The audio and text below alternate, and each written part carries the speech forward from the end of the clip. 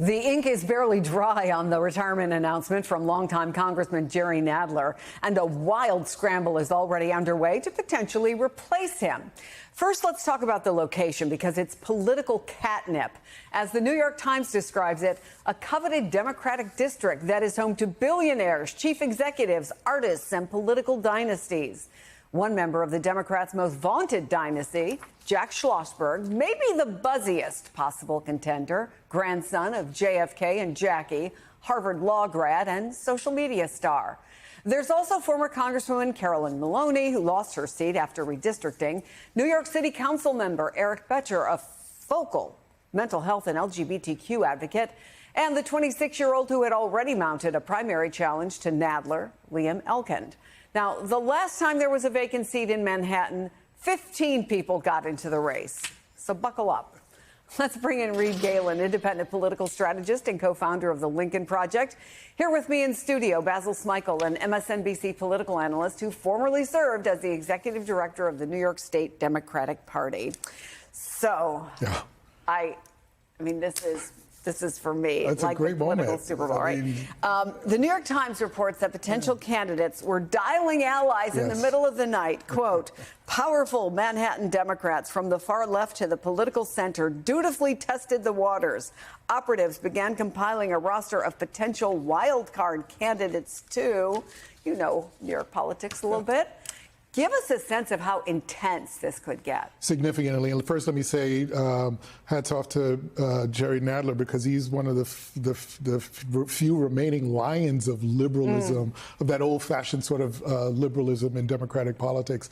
How rare is it that a seat like this comes up? Almost never. And the fact that with the redistricting that last took place, not only will the person that represents this seat represent one of the highest Democratic turnout districts in the city, but also one of the wealthiest on the other side of the park, on the east side of the park. And so when you think about the number of candidates that would be interested in sort of taking on this challenge, but also really representing in many ways the future of liberalism in New York politics, at least that's how in many ways the seat will be viewed, it's an extraordinary opportunity for that lucky candidate. Yeah, whoever it might be, Reed, I mean, one of the things that Jerry Nadler said, you know, he came to the realization it was time for new blood. One possibility is John F. Kennedy's grandson, Jack Schlossberg. If he were to get in the race, would we see, first of all, the power of the Kennedy clan behind him, not just because of who he is, but also in a way to reclaim the family name from Robert F. Kennedy Jr., who they're not so happy about? Well, look, I think that certainly he has name ID and he has the pedigree, as you noted. I think the other part, though, is that if there's one thing I know about when seats like this come open, is that the people who are going to elect them, or the power players, the donor types, or, you know, down in Washington, D.C., the leadership, they want somebody that they feel like they can count on for the next 20 or 30 years. And I don't think that it's that they can't count on Jack to be a solid Democrat. It's that they can't count on him to do what they want him to do at any given moment.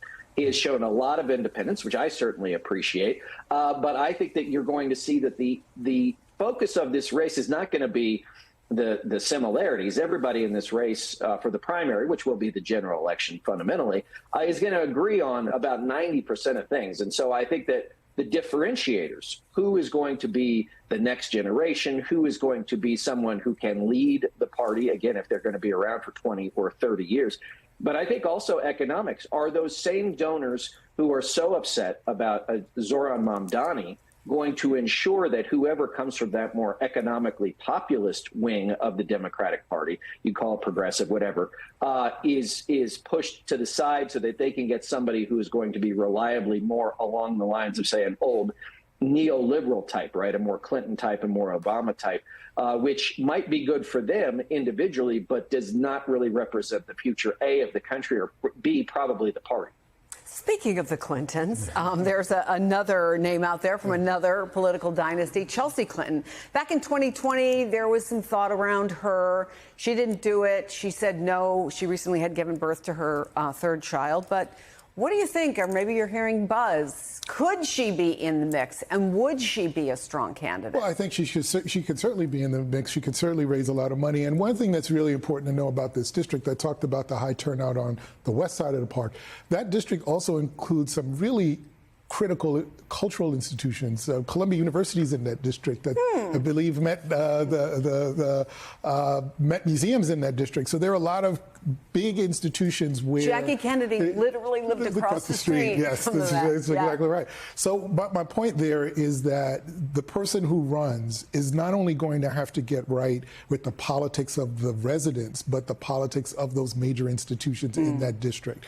I think someone like, whether it's Chelsea or someone like Chelsea, could certainly do that. But to the earlier point, you know, this is an opportunity for those voters to really talk about, to align themselves, I should say, with the future of Democratic politics in the city and around the country.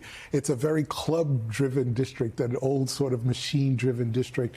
And it'll be interesting to see how that, if at all, has changed because of, you know, just over time. But, you know, I think Chelsea would be great. You mentioned Eric Bottcher, who I've worked with previously. He's been on this show a number of times. Fantastic potential candidates. So is a guy like Michael Lasher. So there are a lot of young, strong candidates in that district. I'm going to be sitting back and watching like a lot of others.